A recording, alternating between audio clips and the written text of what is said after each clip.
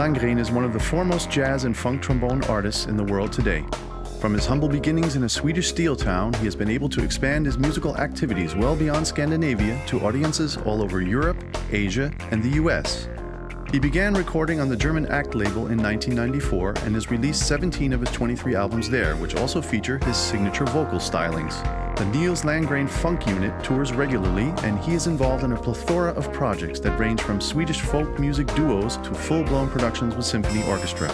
He has worked with such great artists as Thad and Quincy Jones, Herbie Hancock, and ABBA, and serves as artistic advisor to the NDR Big Band. He is a full-time member of the Crusaders with Joe Sample, and of course also tours extensively as a solo artist. In 2001, he took on the position of artistic director at the Berlin Jazz Festival, and he is also gaining critical acclaim as a producer. Nils Landgren, the man with the red horn, is one of the most gifted and versatile trombonists of our age. We are proud to welcome him to Masters of Brass. All right, and you came to the trombone later at, I think, 13? Yes. Is that right? And did you have a special teacher then? No, my father. Your father? Because he brought a trombone home, he was supposed to repair it for the marching band, because he was repairing everything that he could find. Okay. And they knew that he could do it, and he did it for free. Now, he brought it home and he went to work. So, of course, I figured I got to try this thing. Because I was curious. I had tried, cornets and trumpets and stuff. And I tried it and I kind of liked it. And so when he came back from work, I asked him, could you show me some? And he knew how it worked. Yeah. Knew the basics. So he said, you do like this and this and this. And I said, wow, this could be fun. Yeah. So I asked him, could I start playing? And he said, yeah, I might get you a teacher. Eitanine was, for trombone players, he's known all over the world. Yeah, sure.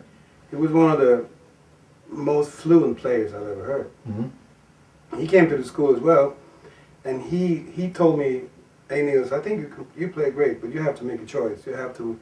I was studying classical trombone, and he said, make a choice. You can't do both. You have to. There has to be a point where you make a choice. I said, I can do both. Who was I know American. You know American, right? Yeah. Crazy guy. Yeah. I love him, but he was crazy. One day he told me, hey, listen, I hear Thad Jones is going to put a band together.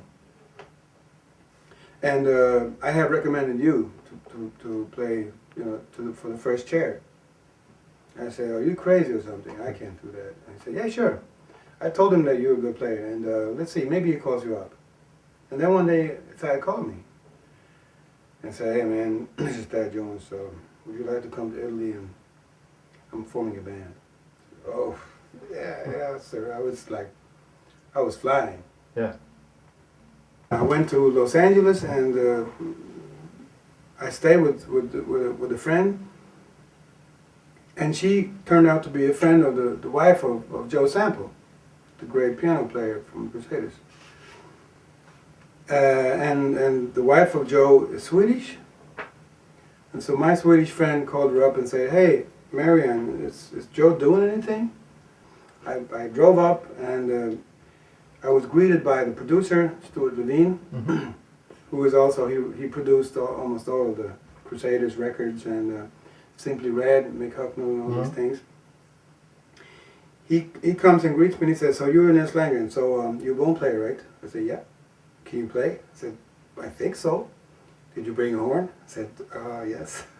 Well, go get it, because Joe needs a trombone player.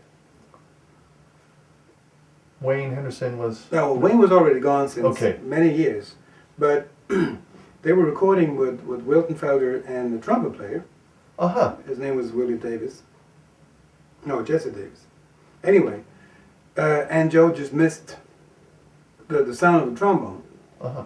And as I was there, I got my horn and I got into the studio, and there was Joe and Wilton and Larry Williams and Nathan East and John Robinson and Mike Landau and Lenny Castro and me. And I thought, jeez, what is this? And Joe said, okay, this is the chart, let's rehearse.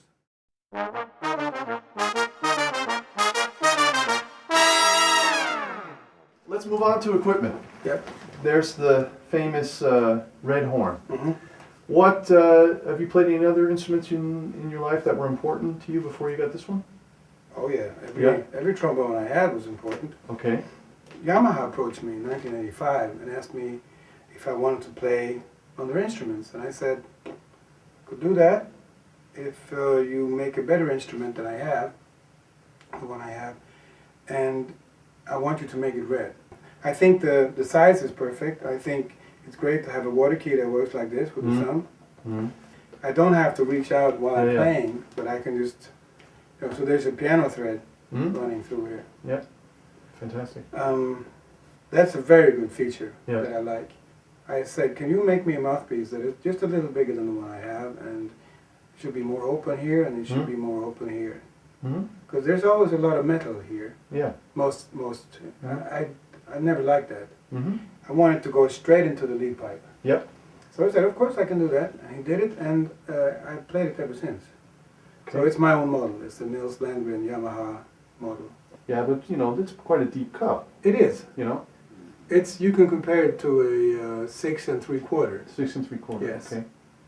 Good. So the cup is deeper. And the bore is big. Yeah, the bore is big. And the back bore is big.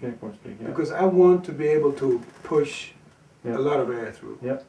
Because I have a small horn, but I have a small horn that becomes bigger and bigger. Yeah. So it combines the features of a small horn with the features of a somewhat bigger horn. And together with this mouthpiece, it does everything I want it to do.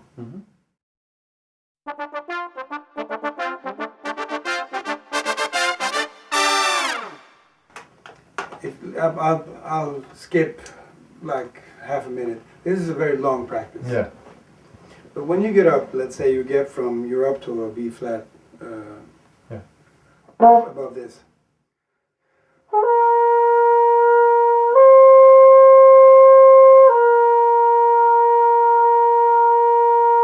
I'm not using any tongue here. I'm just using air. Yeah.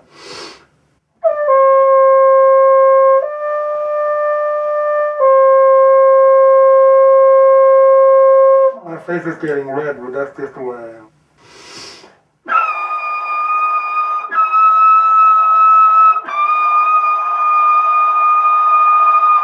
And there's still something coming out. Yeah.